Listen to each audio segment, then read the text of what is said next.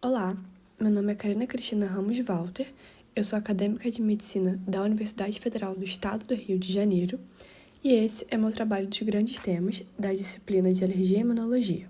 O meu tema é febre reumática aguda. Nós passaremos pelos seguintes temas: pela definição, pela epidemiologia, fisiopatologia, pelas manifestações clínicas, pelos critérios diagnósticos, exames complementares, tratamento, mensagem final e pelas referências. Vamos começar pela definição. A febre reumática aguda é uma doença inflamatória autoimune sistêmica que costuma surgir entre 2 a 4 semanas após uma faringoamidalite estreptocócica não tratada ou tratada de forma inadequada. Ela é causada pelo Streptococcus pyogenes, também chamado de estreptococo beta-hemolítico do grupo A. Agora, vamos falar um pouco sobre a epidemiologia da febre reumática aguda. Ela vai ser a principal causa de cardiopatia adquirida em crianças e adolescentes, principalmente em países em desenvolvimento, como a gente consegue ver ilustrado aqui no mapa. Nos países em vermelho, são os que têm mais aumento de casos nos últimos tempos. Ela costuma afetar, mais comumente, crianças entre as idades de 5 a 15 anos. E os fatores de risco vão envolver a exposição repetitiva ao estreptococo, a aglomeração, o acesso precário à saúde e as más condições socioeconômicas. Falando um pouquinho sobre o cenário brasileiro, estima-se cerca de 30 mil novos casos por ano. Vamos passar agora para a fisiopatologia. Tudo vai começar com uma infecção pelo Streptococcus beta-hemolítico do grupo A, o Streptococcus pyogenes. Essa bactéria tem na sua parede a proteína M, que é altamente antigênica. E o nosso sistema imunológico vai criar anticorpos contra essa proteína M. O problema é que existe uma semelhança estrutural entre a proteína M e algumas proteínas do nosso corpo, como a miosina cardíaca. Isso gera o que a gente vai chamar de mimetismo molecular, levando a uma resposta cruzada autoimune. Ou seja, o sistema imunológico passa a atacar também essas estruturas do hospedeiro.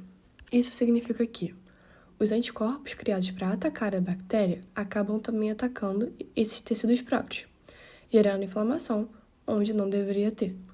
Essa inflamação vai explicar as principais manifestações clínicas: artrite, cardite e coreia. Então, resumindo, não é a bactéria em si que destrói as articulações ou o coração.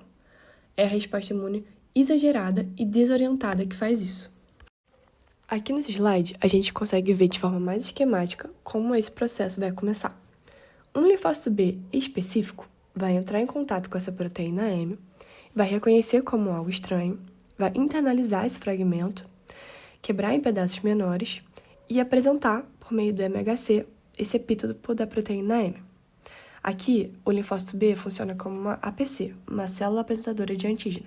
Ele capta essa proteína M, processa e apresenta ela por meio do MHC do tipo 2.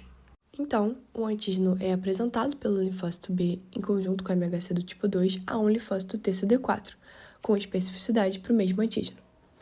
Isso vai decorrer na ativação do linfócito T, que começa a produzir citocinas, como a IL-4 e a IL-5, que vão estimular o linfócito B a se diferenciar em células B de memória, que armazenam a informação sobre esse antígeno para proteger o corpo em caso de uma nova infecção pelo mesmo estreptococo, e plasmócitos, que são as fábricas de anticorpo. E essas células vão começar a produzir grandes quantidades de anticorpos contra a proteína M. Essa produção vai ser importante para combater a bactéria, mas também vai preparar o terreno para o problema da reação cruzada. Aqui nesse slide a gente consegue ver isso melhor.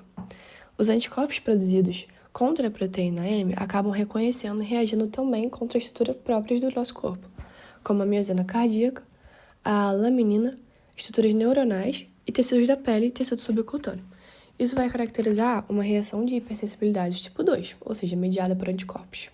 E essa reação que vai causar as manifestações clínicas da doença. Aqui, para a gente fechar esse raciocínio da fisiopatologia, eu coloquei esse esquema, que mostra que tudo começa com uma infecção pelo estreptococo do grupo A, especialmente algumas cepas chamadas reumatogênicas, como a M3 e a M18, em um hospedeiro suscetível, ou seja, alguém geneticamente predisposto a manifestar a febre reumática. Vai ocorrer essa resposta imune exagerada, que vai levar a essa inflamação nos órgãos-alvo. Essa soma de fatores vai levar à febre reumática aguda.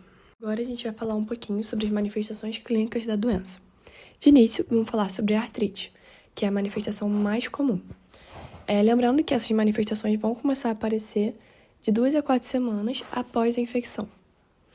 A artrite tem o padrão de ser uma poliartrite migratória de grandes articulações. Vai afetar o joelho, o tornozelo, o cotovelo, punhos. É, em geral, assimétrica e muito dolorosa. Passamos aqui para a manifestação mais grave, que é a cardite, e acontece em cerca de 50% dos casos.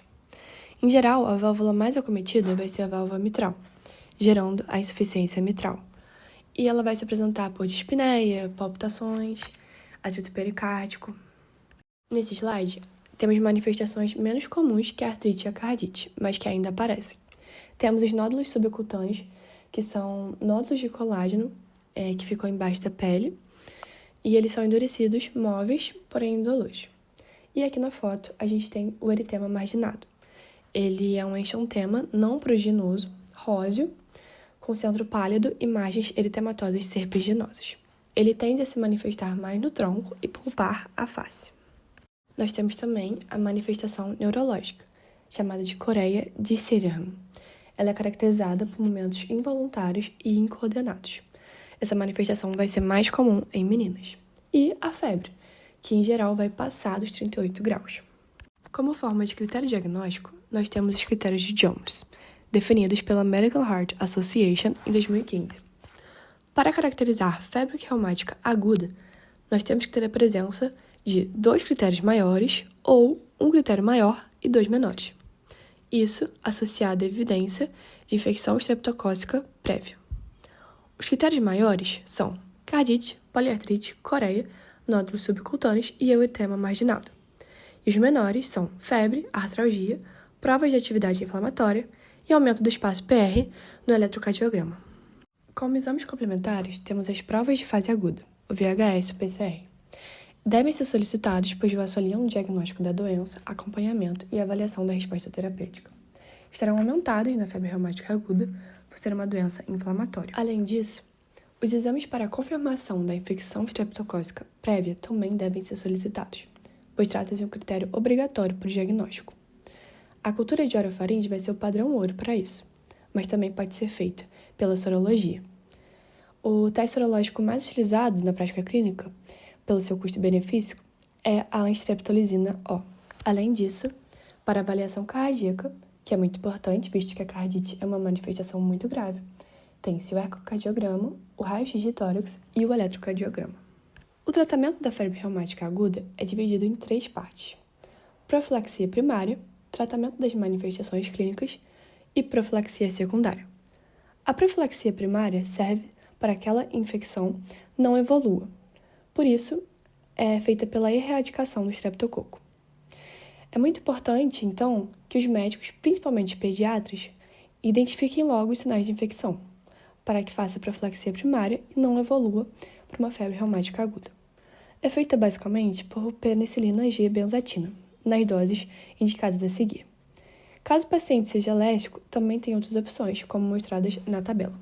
Como forma de tratamento das manifestações clínicas para alívio dos sintomas, temos o uso de anti-inflamatório para o controle da artrite, glicocorticoides no caso da cardite, suporte mais observação no caso de coreia leve, e uso de haloperidol, carbamazepina, ácido valproico e fenobarbital para a coreia grave. Por fim, temos a profilaxia secundária, que serve para prevenir novos surtos, ou seja, prevenir recorrências. Usualmente é feita por penicilina G benzatina a cada 21 dias. Porém, o tempo de tratamento vai depender de cada paciente, como mostrado na tabela. Se houve cardite prévia, se não houve cardite prévia, se houve lesão valvar residual moderada a grave e se houve cirurgia valvar. Também trouxe aqui as indicações para internação hospitalar, que seriam os pacientes com cardite moderada ou grave, coreia grave e artrite incapacitante.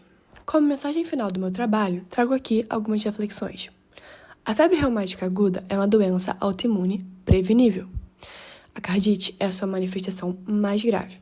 E o diagnóstico precoce, o tratamento adequado e a profilaxia correta da febre reumática aguda evitam a sua progressão para a sua forma crônica, a cardiopatia reumática crônica. Trago aqui as minhas referências bibliográficas utilizadas. E pela atenção, eu agradeço.